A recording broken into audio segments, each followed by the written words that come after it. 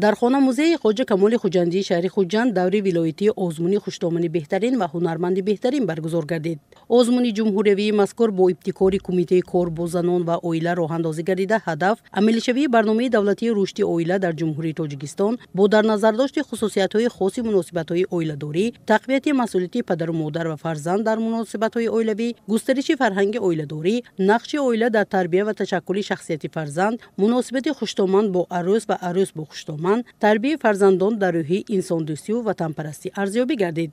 نفرانی که در مرحله منطقوی آزمون غالب آمدند از 18 شهر و ناحیه‌های ولایت در مرحله ولایتی اشتراک نمودند. نقش خوشتامند در تحکیم مناسبت‌های اویله‌داری، سهم خوشتامند در صرفه و سرشته‌کاری و سالمی اویله از بخش‌های آزمونی خوشتامنی بهترین بوده. در آن زنان و بانوان روزگار دیده و خوشتامندهای نمونوی نامنویس و اشتراک نمودند. اشتراکچیان آزمون مادران روزگار دیده بیان نمودند که پدر و مادر با رفتار، گفتار، اخلاق و طرز زندگی خود نمونه و راهنما برای فرزندان هستند. مخصوصا نقش خوشتامند در تربیت فرزندان و محیط اویلوی اهمیت زیادی دارد. اگر خوشتامند با محبت، صبر، فهم و آداب نیک به عروس مناسبت کند، محیط خانوادگی پر از صلح و محبت می شود.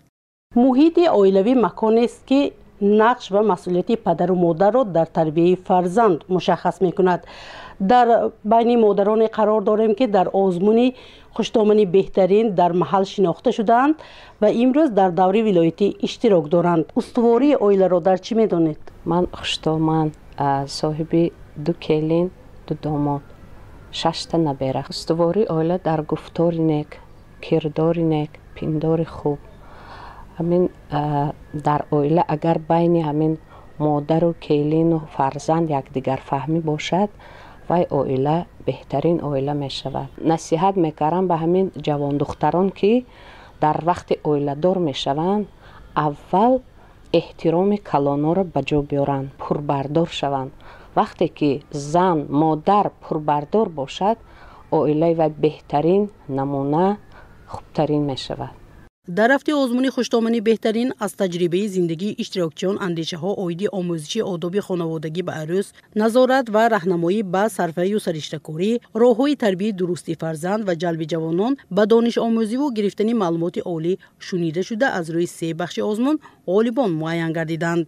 در اویله ما هنرمندی رشد نموده است. عروسان خاندان ما به مهره‌بندی مشغول هستند. برای گرفتن معلومات عالی ما خوشتامانا کوشش کرده ایستادیم. عروسان عالی معلومات باشند، اویله مستحکم می شوند. اینچنین با مقصد تامین رشد استواری هنرهای مردمی، احیا، حفظ، رشد میراث فرهنگی، عنعنه‌های تاریخی و باستانی صنعتی هنرمندی، تمدن و میراث ملی، تربیت کادرهای ساحه و بدین وسیله مساعدت نمودن بر روند ایجادیات خلق خود همین روز آزمونی هنرمندی بهترین صورت گرفت. هنرمندان از شهر و ناحیه‌های خوجند، اسفره، پنجکین، بستان، جبار، رسولوف، سپیتامین، ظفرآباد، مسجد و دیوشتیج در آزمون فعالناکی نشان داده محصول دست خویش را منظوری حکمان نمودند. سال سال هنرمندی در کشور از جمله در ولایت سوخت و رشد نموده. جوانان به این سمت بیشتر توجه پیدا نمودند و با تخیلات خویش محصولات هنرمندی خریدارگیر آماده می‌کنند. در این آزمون هنرمند بهترین اشتراک کرده استادیم. این اثر تیار کردگی من می باشد.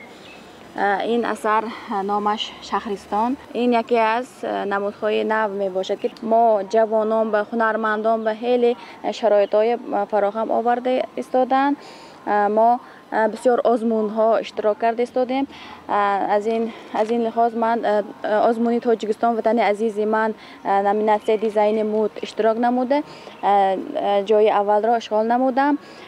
در آزمونی هنرمندی بهترین هنرمندان شهری پنجکین جای اول، اسفره جای دوم و دیوشتیج جای سوم را اشغال نمودند. در آزمونی خوشتامنی بهترین از روی 3 بخش نقش خوشتامند در تحکیم مناسبت‌های اویله‌داری، خوشتامندها از ناحیه مسجد، سپیتامین و ظفرآباد از روی بخش سهم خوشتامند در صرفه و سرشته‌کاری، ساکنان ناحیه کوهستان مسجد، بستان و ناحیه اشت از روی بخش سوم اشتراکچیان شهر خوجند، پنجکین و ناحیه شهرستان غالب دانسته شده با توفیق‌های مقامات اجرایی حاکمیت دولتی ولایت قدردانی گردیدند. مستانه محیدی لازاده، دلیر علی شیرزاده، اخبار.